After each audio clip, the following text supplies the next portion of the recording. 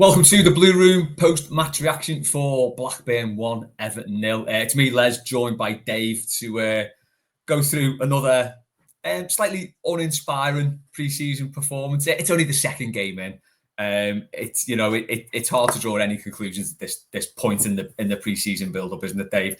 Feels like these last two were a precursor to going over to the States and a few more serious games. Got to remember as well, Blackburn, they're a good championship side. They finished just outside the playoffs last year. They're a couple of weeks ahead of Everton in terms of pre-season. I think their season starts in 2 weeks. So, they looked a lot sharper. It's probably to be expected. I think it was got a bit better in the second half, which we'll come on to. But just sort of opening thoughts on it, Dave. What were your first thoughts on the game in general?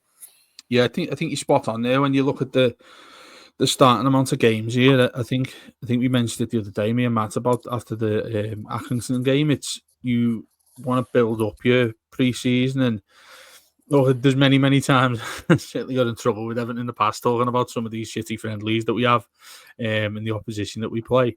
But when you look at it and take a little bit of a step back, it makes sense to start with, in inverted commas, lesser sides, then builds up to more Premier League and, the type of sides and the quality of sides you're going to be playing as the season goes on. And that's what we've done.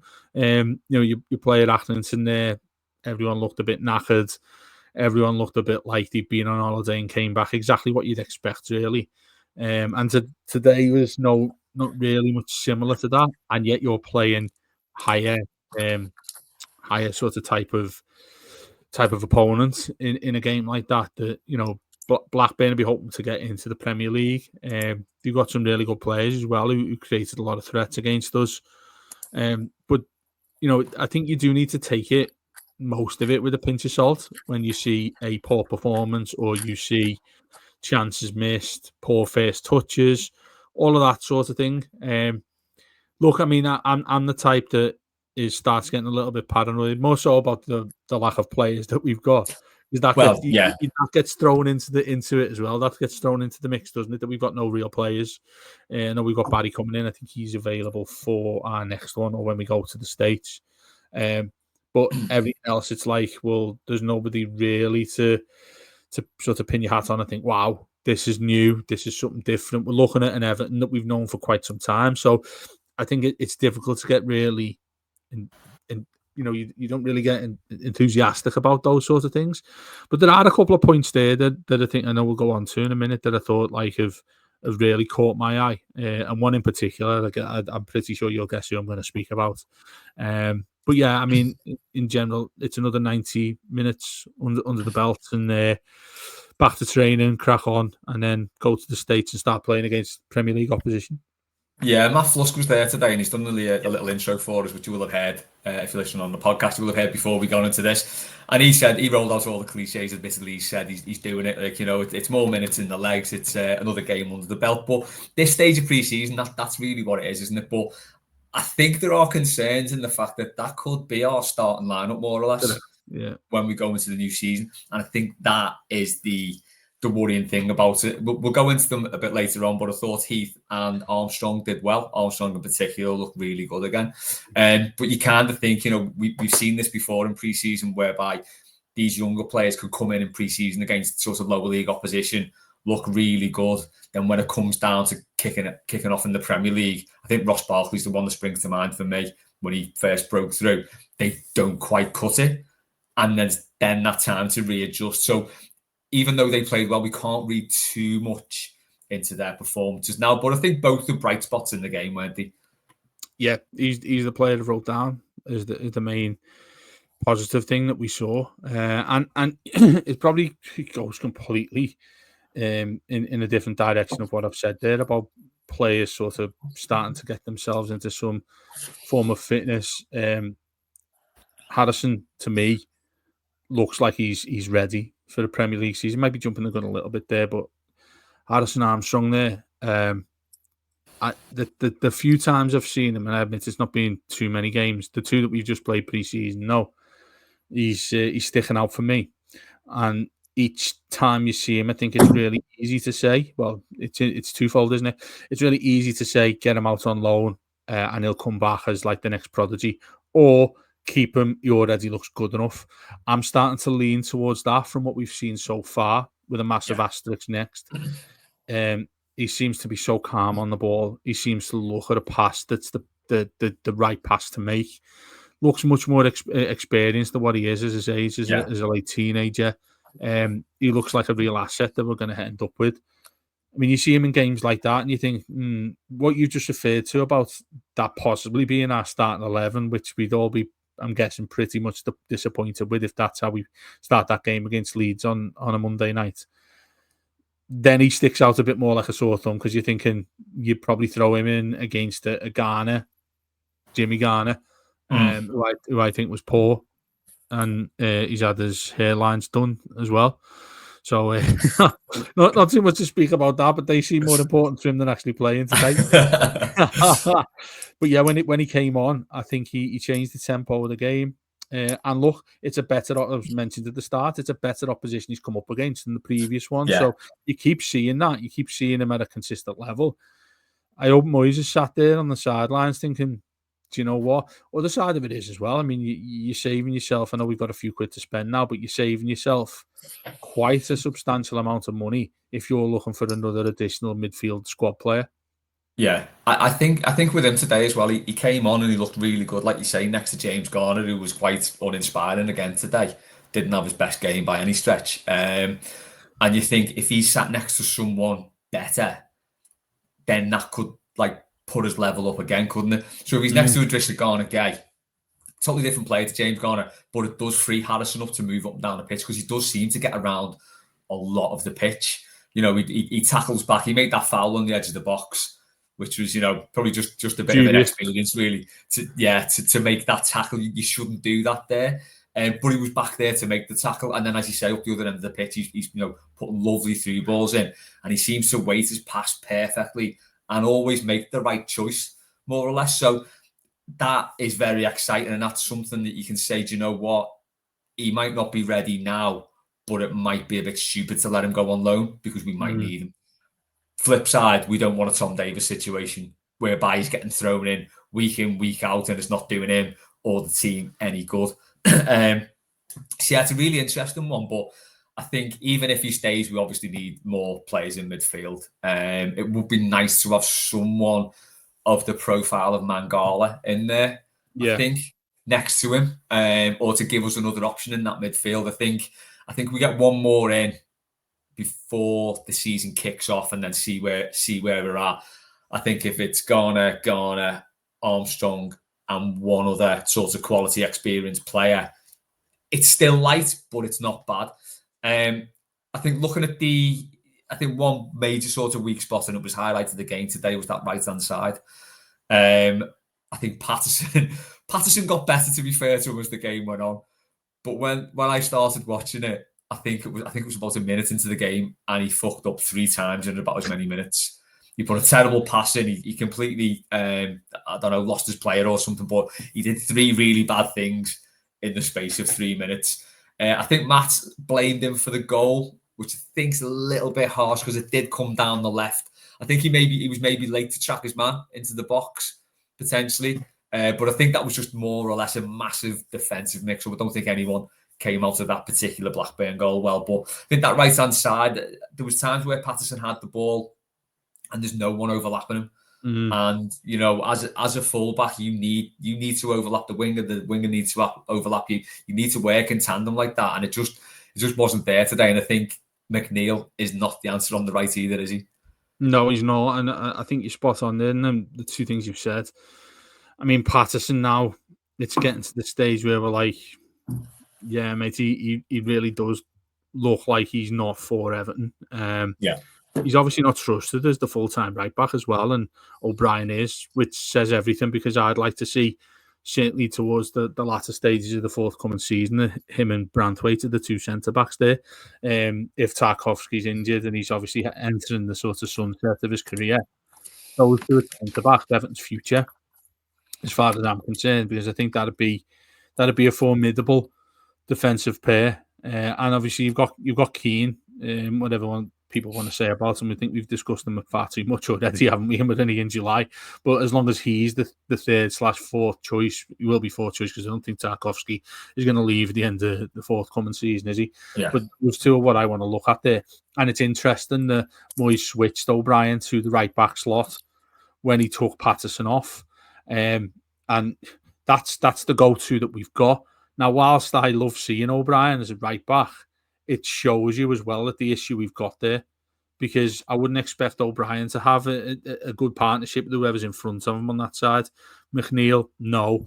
Do you put Ndiaye over that side?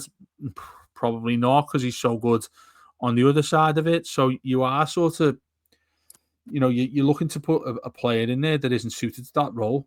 And then you've got a right back that isn't trusted. So it's something that really needs sorting out.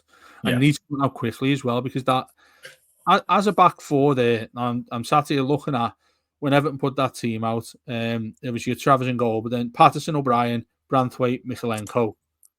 I mean, Tarkowski's still injured, isn't he? Yeah. That is reasonably. I could well be the starting back four, that. It could, and I do have an issue with it that it's Patterson. I hate to say it, because he's the kind of lad you want to really do well, so you probably give him a little bit longer than you would with other players when they haven't done well. But it doesn't look like it's going to happen for him, certainly at Premier League level. Yeah, an issue with him as well is he seems very injury prone, doesn't he? So it's sort of like even if you could rely on him sort of positional wise and playing wise, if you could rely on him as a player, you've always got the thing that he might get injured and he could be out for 6-8 weeks. Yeah. And it's like, so when you've got a player who's unreliable on the pitch and injury prone, there's not much to go with, is there? No, and I think he negates what he should be doing as a right back, because he loves to get forward. I'm all for that. Yeah. But like you say, there's nothing in and around him, so he's got to box a little bit more clever, and he doesn't. He tends to just put his head down and go, when if he gets caught going the other side, there's nobody to help him going back, and obviously he's not going to be able to sprint up and down for 90 minutes as well. So yeah, I'm worried about right back. I think many of us have for quite some time, but that against Blackburn, I hate to say it's probably his level. From what we've seen, is like a championship side. Yeah. Maybe I think Rangers are the door having him back, because they've got money now, haven't they, as well? So that right back is a real issue there. And look, I guess that it'd be O'Brien that gets put there. I think that's the solution we've got, unless we go out and buy one. I think that is the thing, but when you look, I mean, I'd be happy for O'Brien to play there, to be honest, because he did really well last season. And this afternoon as well, when he went to right back, it was seamless. He was fine. The issue you've got then is if Tarkowski's injury continues, Big Mick Keane's a centre back, isn't he? And it's like suddenly he becomes your first choice centre back then, and it's like it really stretches the squad. Just that one position not being covered really stretches that back four, and that's before you even get to left back, where there's no one pushing Michalenko at all. Yeah, it's a dominoes effect, isn't it? And we are quite frail there, aren't we? Despite the fact of how good we've been defensively and how much we sort of praise how good we've been defensively, and the stats with the amount of goals conceded and how good we're near the top four in terms of the amount we haven't conceded, that still doesn't mean it's not fragile, because it is. Centre back, we've got the 4 centre backs, okay. But like you said there, if there's one of those that falls down, then everybody else has got to mix things around there, particularly in the full back positions. So yeah, I mean that's a problem in the game itself as well. Michalenko and Patterson didn't cover themselves in glory at all, really, did they? No.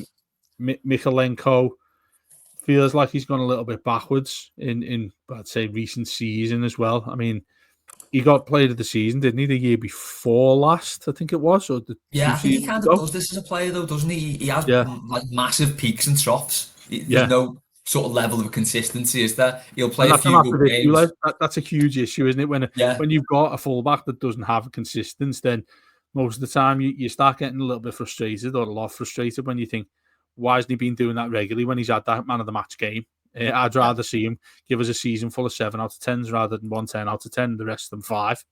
Do you know what I mean? Definitely. That's a problem we've got there. And look, these these are going to stick out, and I think Moyes will be looking at this, looking to everybody else who's going to be in this much spoken about and much referred to team of recruitment and academy. Maybe he's turning to them and thinking, you know what, lads, we've got to get moving on this here now. I'd like to think that we get something sorted or a couple sorted before we go to America, because like you referred to there at the start, we're starting to now play opponents that we're going to be up against when the season starts. So it'll give you a good clue as to what position we're sort of in there if you're putting that 11 up against a Bournemouth or United or West Ham.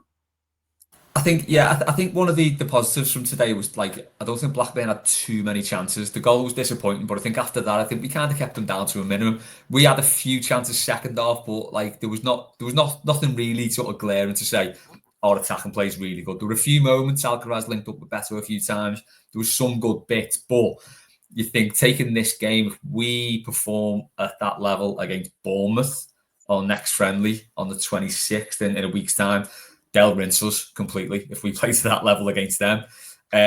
West Ham, don't know what we're going to get from them. We could leather them, they could leather us on that performance today. And then United the same as well. That could go either way, depending on where they're at. But we need to up our game, basically, for that Bournemouth game. We can't play to the level we did today, because I think, once Blackburn got that goal, we were probably relatively comfortable. I think the keeper, don't remember the keeper having too many good saves to make it. He tipped away that Patterson cross, which was a good ball into the box, took that off Beto's toe. But apart from that, there wasn't much. Travers looked all right in the Everton goal, didn't he? Again, he didn't have too much to do. Made a really good save from a free kick. But looks like a good backup. Yeah, he did. He looked fine. It's good. It's good to see, isn't it? Because you'd always need a half decent backup goalkeeper, and if you're going to get one like him who's been heavily touted as a good goalkeeper, then if you've got him as your alternative keeper there, then you're more than happy to have him. That sort of thing. I think it's quite rare to come by, because I'd like to think that any goalkeeper that is a reserve goalkeeper wants to play as a first choice goalkeeper. So if you've got a decent one at that level, then it's a real positive for us to have, isn't it? And he looked fine for me. It was a good save he made. Screaming and shouting at the team in and around set pieces. That's all good to see, because he's faced the club. He's been there just over a week that we've had him, and he's starting to do that sort of thing. All for that. And you mentioned there about we could get rinsed by someone like a Bournemouth and a good side. Let's be honest now, the European challenging sides in the Premier League, they probably should have got into Europe. If that's the baseline you're looking at, how Everton want to be, what Everton want to compete with, I'm pretty sure that's what we'd like to see this season, is Everton as a top half side, which these days means Europe. Because 8th will probably get you in there. And as well, we're not even getting ahead of ourselves there, because we are a mid-table team now. I think the last 2 seasons, that cemented us as a mid-table team. So the natural progression is, we finished 13th as a 2 seasons on the spin. We finished 11th, 10th, 9th maybe. There's no reason why you can't, have a 4 place, look 4 places ahead to say, that's where we should be aiming. So, I don't think we're getting ahead of ourselves saying that. I think that's right. I think, you're looking at the difference between being a lower half, a lower mid-table side, but 10 points more, you're battling for Europe. Yeah, exactly. That's how tight it is. I think. And if you look how bad our home form was last season, I think Roger picked up on this on one of the Blue Mondays we did. If we pick up 6 more points, we're in that conversation then. Exactly. That's just at home, yeah. And what else he was talking about on the Bloom Room was how many teams, at least half a dozen, that are in and around that area, and you're probably in a place where we're in a place where you can include us in that, with the Brentfords and the Fulhams and the Brightons and Bournemouth as well. To be fair, given the slip that they had in the last 10 games of the season, that they're the teams that we're going to have to be competing with to get in that position. And you're right, I think that is where you can have the acid test of sorts against Bournemouth, because we'll only have 3 weeks to go until the start of the season. And don't get me wrong, there's a while left, but I'm looking at the date every day on the wall, and it's like, well, there's only 28 days left, there's 27 days left. It goes down quick, doesn't it? It goes down quick, and when you sign players, it's an old adage, it takes them a while to settle in. we've got a new striker there that we went and spent 30 or best part of 40 million quid for. He hasn't had a game yet. So, that's he goes up. The first is, I think he's going to make his debut against Premier League opposition. So that's going to be interesting. And I think the thing as well is he's very young. He's 22. He is. He's a young player. So, he's gone. We've mentioned this before. He's gone from Christ. What is it? Fritz Swiss. Where did he start? The thing is, Les, as well, he's gone from very low league European football to he's gone from Beveren to Basel to Villarreal to Everton. That's a steep trajectory. That it really is, and look, we don't, regardless of how old they are, we don't take kindly to players who need some time to settle themselves. I don't know why, and people can moan all they want about me, but I just keep getting Moise Kean in my mind. It's Moise Kean. Because that was sort of how it all started, wasn't it? We're getting a really promising young lad, and we paid 30 million quid for them. Don't want to happen again. But it's completely unfair to say him about, to be honest with you. But let's wait and see what he's like. But the fact that you haven't signed players yet, it does put the emphasis on him, doesn't it? Because he's the one that everyone turns to have a look at. I suppose they naturally are as well, because you're going to get a new striker in at your side that you've spent a shitload of money on. The expectations are going to be there, and the excitement's going to be there. Yeah. So there's pressure on his shoulders as much as young as he is, and the fact that we only have Beto as the alternative as well, with all due respect. So we're talking here, Les, and I think we're highlighting sort of holes in various parts of that lineup we've got, other than the back four, as long as the back four stays fit. Yeah, well, it is, isn't it? So it feels like sort of we've still not moved on from the last 2 seasons yet, where we've had the really good defence, which has basically pretty much kept us up, basically, by the lack of goals we conceded. It's helped us draw games and it's helped us win a few games, but we're still not looking like in the forward positions we're getting anywhere near the numbers we should. That's 2 pre-season games, and I know there's the caveat that it is very early. They just come back to pre-season training, but we played Accrington and Blackburn and we haven't scored. And we haven't, we scored a penalty against Accrington, but we haven't scored from open play. And we've not had too many clear-cut chances. We've not had chances where we thought, oh Christ, the goalie's kept them in, not there, or the goalie's made a world-class save to keep us out. We've not really created the proper chances that you think, yeah, they should be scoring them. And that's a bit of a worry. It's easy to say, it's still July and that, but it comes round so quickly, the start of the season. And when you've got the manager distracted by things like this US tour, like everything that goes with that, got to find players to come in. Do players come in mid-tour? How does that work? It's a little bit of a worry for me still that we're going to start the season. Maybe we will have some new players, but still with those big gaps in the side that need filling. Yeah, that's right. And I think when we come back is the start of August when we come back from the States, is it? So you're within less than a fortnight before the season starts. Yeah, start of August, isn't it? Then we've got Roma then a week after, and then it kicks off at Leeds. Yeah, so the thing you see it a lot, and I think Chelsea were doing it, weren't they, when they were on the ridiculous World Cup thing? Players they were signing were going out there.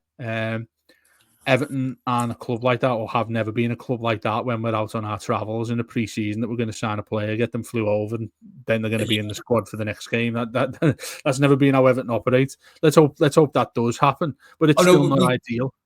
Yeah, we sign a player, we can't play them for at least 3 games. That's just the rule, I think. So even if you sign someone on deadline day, they don't play until the end of September. I don't know why we do that. Always the way. Just got a milk introducing them to everybody, every single Everton fan. You get a hug with the season ticket like Gomez did and all that sort of thing. But in all seriousness, Les, we should be taking more of a squad over to America. Look, we'll see, because the games you don't have to pay for, hint, hint. Well, you'll find it easier to view them, should I say, unless you've got Sky Sports. But we'll be able to see front and centre, and all fans will, what's going on with the side and where we're up to right now. But if you're reflecting on what we've had in these first 2 games, with all of the different caveats there are to it, there's still plenty of work to do, and it needs to be getting done. It does. We ask, don't we, on Blue Monday every week, how many players you think we've signed by the time of the next show on the next Monday? Yeah, and Roger's keeping a tally, isn't he? He keeps saying 0. He keeps saying 0, and I'm like, nah, we'll have 1 or 2 by next week. And I'm like, what are you talking about here, Dave? We're not having anyone. We'll sign 6 on deadline day. But the point to that as well, I think, to sort of go into the end of our conversation here, Les, is that you look at those 2 games as it influenced how many players. Maybe it's too sort of a general question to ask how many you want to see come in. But to me, I do want to take it with a pinch of salt, but I do look at it and think we need squad players as well as first choice ones as well. Now that's what I'm getting a little bit paranoid towards. Yeah, and one thing we can't do, we can't have a situation whereby like Moyes is looking at these games and thinking, okay, I need this player, I need this player. That should already be covered. They should be sorting that out now. Interestingly, Leeds played the pre-season friendly today, and apparently Jack Harrison got booed by the Leeds fans. Everton fans definitely at that game. It must have been. So don't rule that out at the return of Jack Harrison. I'm telling you, it's why is he getting booed? I thought they adored him with them. I don't know. It seems like something's turned there. Maybe he didn't have his top knot in, and they can't abide that. Yeah. They need at least 4 of their squad to have a top knot. So or they hate us that much. Yeah, it sounded an odd one though, but yeah, that could push him back towards us, unfortunately. But yeah, I think like we said, you can't take too much out of that. It's disappointing to get beat, obviously. Disappointing not to create too many sort of clear-cut chances. Kind of feels like we still got the same old problems going into the new season. It's also disappointing to have paid 15 quid for those 2 games. And I think we've had 2 shots on target, and the goal we've scored is a penalty. It's a good penalty, though, wasn't it? Let's be honest. The commentary was a lot to be desired. I don't mind saying that because I know I'm not going to say anymore. Actually, the commentary wasn't good. Just stick it on mute and put some nice relaxing music on. That works better. Oh well, the thing is, I don't know if you've seen a half time. They put an advert on for the home shirt. Oh, the new kit, yeah.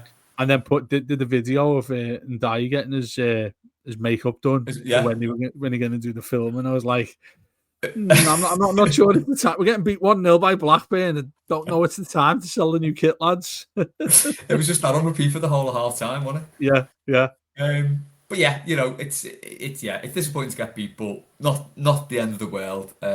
Little bit concerning, obviously, that we're sort of we've not created too many chances in that. But it's Bournemouth next week, next Saturday, then West Ham on the Wednesday, United on the 3rd, which I assume is the Saturday after, is it?